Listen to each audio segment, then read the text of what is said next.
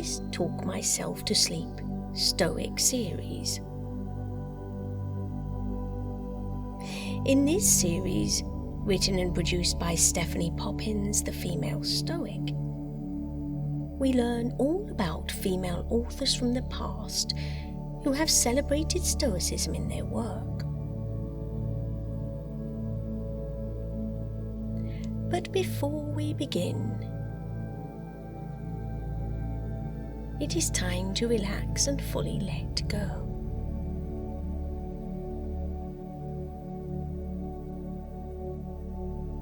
Take a deep breath in through your nose and let it out on a long sigh. That's it.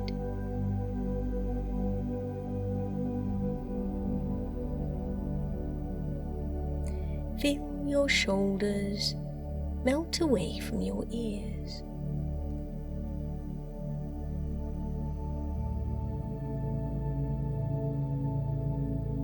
Feel the pressure seep away from your cheeks as you relax into the support beneath you.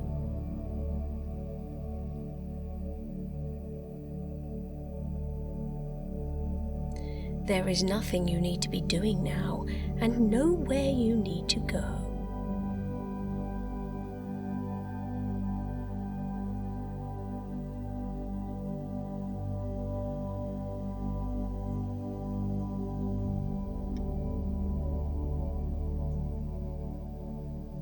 Today's episode looks at the Stoic virtues of self-control and fortitude in the works of Charlotte and Anne Bronte and George Eliot.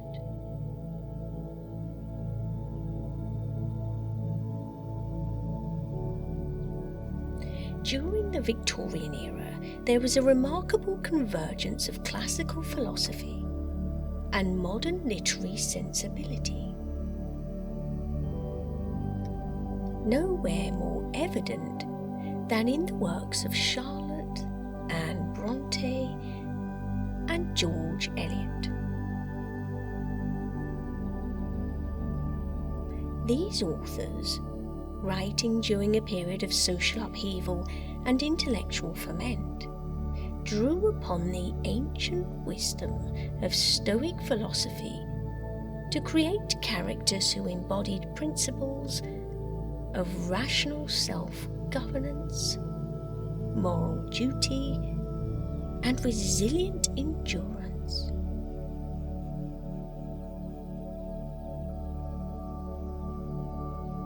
Through novels such as Jane Eyre, The Tenant of Wildfell Hall, and Middlemarch, these writers transformed Stoic precepts into compelling narratives of human struggle and moral development.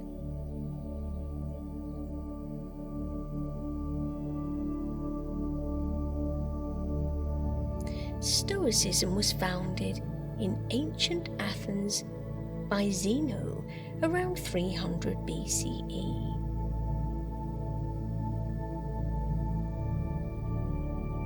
It emphasized the development of self-control and fortitude as a means to overcome destructive emotions.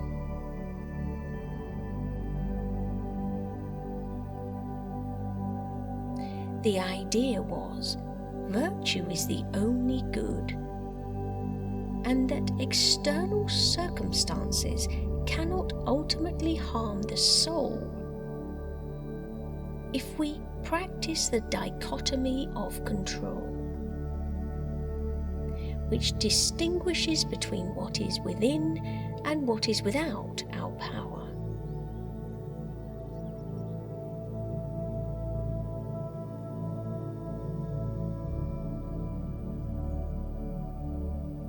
These ideas found fertile ground in the Victorian consciousness, which grappled with questions of moral responsibility, social duty, and individual agency in an increasingly complex world.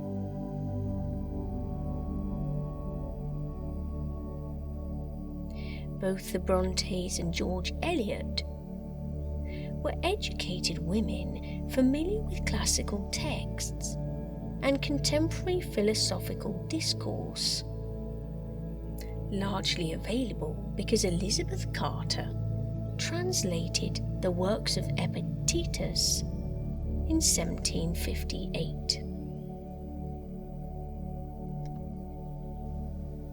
Charlotte Bronte's Jane Eyre presents perhaps the most compelling example of Stoic philosophy embodied in a Victorian protagonist.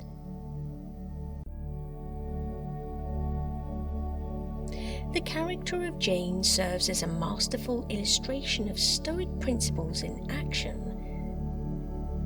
demonstrating how ancient wisdom could address modern challenges of class, gender, and moral integrity.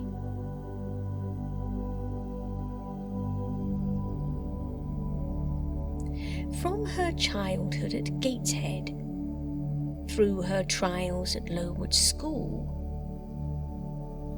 Jane develops a Stoic resilience that becomes her defining characteristic. When her cousin John Reed torments her, Jane's response reveals an intuitive understanding of the Stoic principle that others cannot truly harm one's essential self. Her famous declaration to her aunt, "I am not deceitful. If I were, I should say I loved you, but I declare I do not," demonstrates the Stoic commitment to truthfulness regardless of external consequences.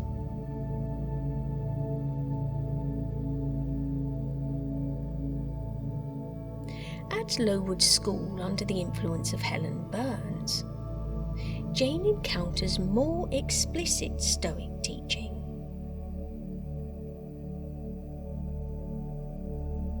Helen's patient endurance of injustice and her philosophical acceptance of suffering echo the Stoic belief that external circumstances cannot diminish one's inner worth. Helen tells Jane, "Life appears to me too short to be spent in nursing animosity or registering wrongs." This articulates the Stoic principle that resentment is a self-imposed slavery and is more harmful than any external injury.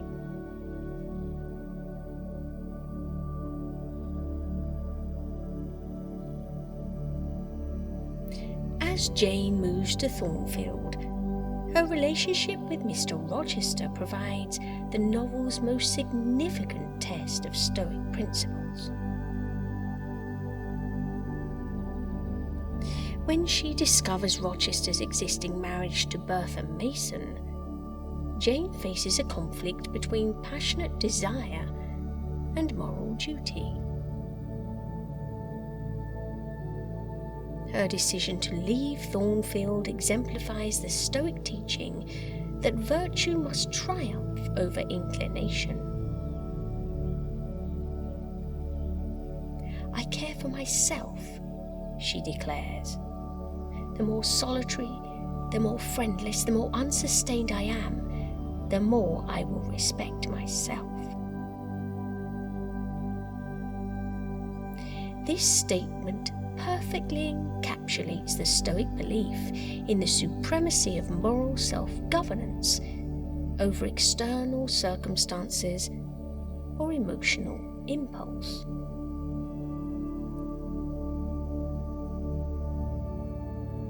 Even in her poverty and isolation at Moor House, Jane maintains her Stoic equilibrium, neither despairing over her losses nor compromising her principles for security.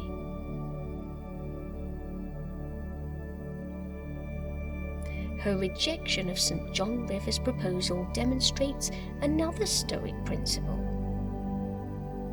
the importance of acting according to one's true nature rather than external expectations. Jane recognizes that marriage without love would violate her authentic self, and this demonstrates the Stoic understanding that true virtue requires alignment between one's actions and one's essential character.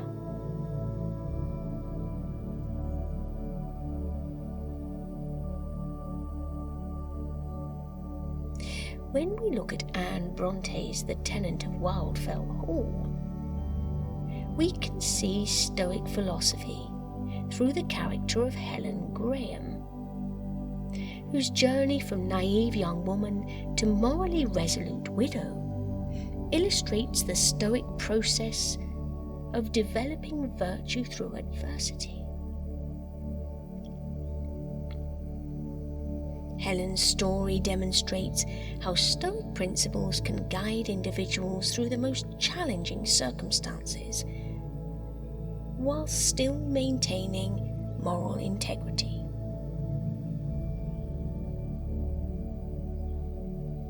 Helen's marriage to Arthur Huntingdon begins with romantic illusion, but it evolves into a Stoic confrontation with reality.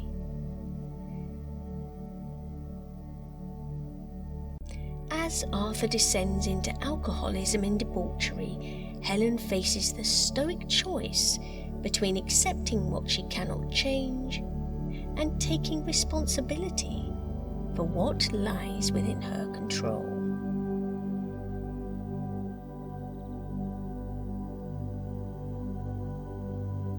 Her decision to remain with Arthur initially reflects the Stoic principle of accepting one's fate. But as his behaviour threatens their son's moral development, she begins to realise her higher duty lies in protecting the child.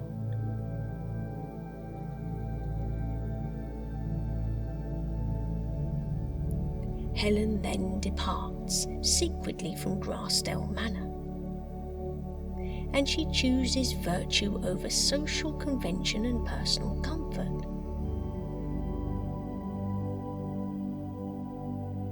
Her willingness to endure social ostracism, economic hardship, and legal vulnerability demonstrates the Stoic teaching that external goods are less important than moral integrity. When she tells Gilbert Markham about her past, she explains her actions in terms that echo Stoic philosophy. "I would not have my son to be like his father," she says. "I would have him to be a better man."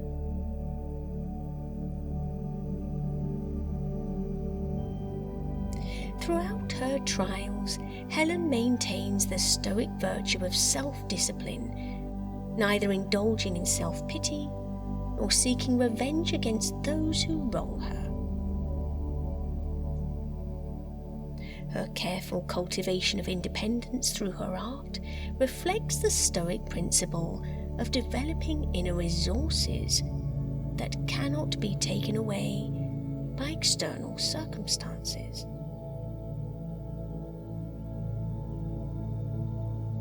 And even when her husband lies dying, Helen's forgiveness and care demonstrate the Stoic belief that virtue benefits the virtuous person, regardless of whether it is reciprocated.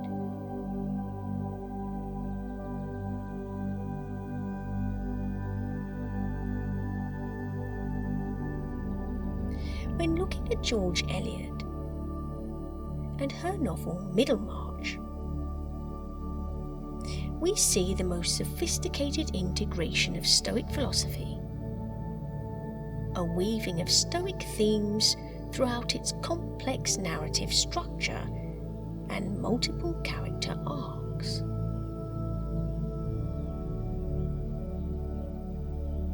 Eliot, whose philosophical education included direct engagement with classical texts,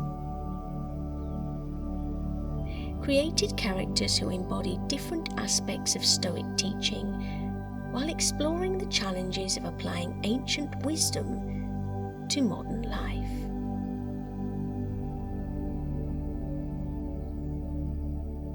The main character, Dorothea Brooke, begins the novel with idealistic aspirations that gradually mature into a more nuanced understanding of virtue and duty.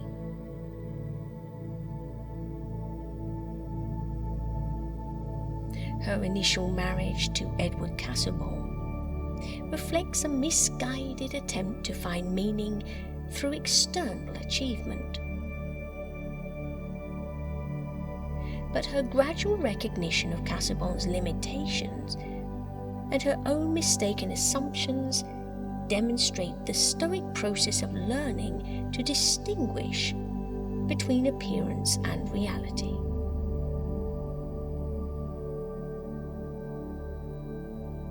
Dorothea goes on to grow throughout the novel. She decides in the future to marry Will Ladislaw despite social disapproval and financial sacrifice. This, juxtaposed with her previous marriage, shows her development and understanding that true virtue lies in an authentic choice rather than social conformity.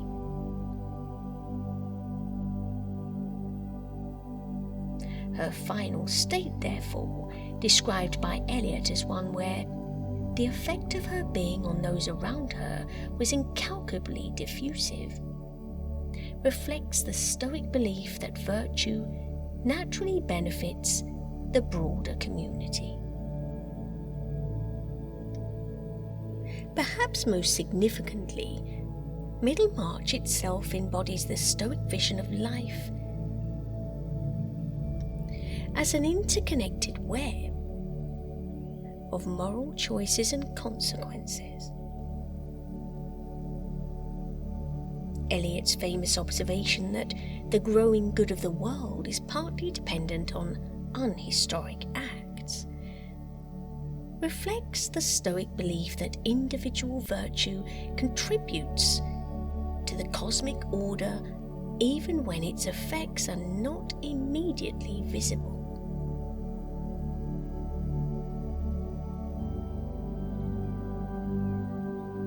These authors' use of Stoic philosophy addressed specific challenges of Victorian society regarding women's roles, social mobility, and moral authority.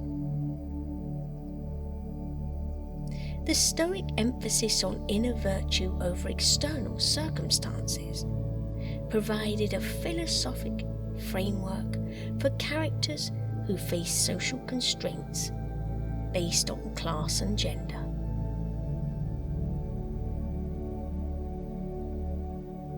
For the female characters especially, Stoicism offered a source of dignity and agency that transcended social limitations.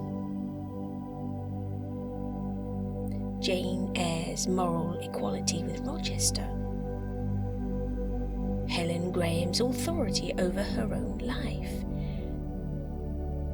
and Dorothea Brooke's eventual self-determination all reflect the Stoic teaching that virtue knows no social boundaries.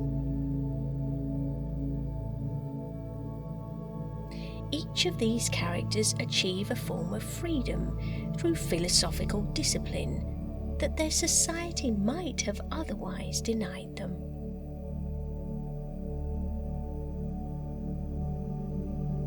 And these classic novels suggest that moral transformation begins with individual development and spreads outward through example and influence.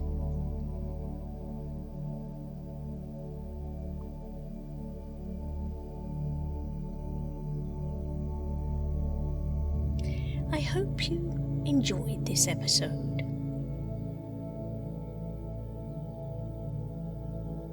If you did, you might be interested in my audiobooks that are available on my website, newworldbooks.uk. Please consider following and leaving a comment and a like to support my journey.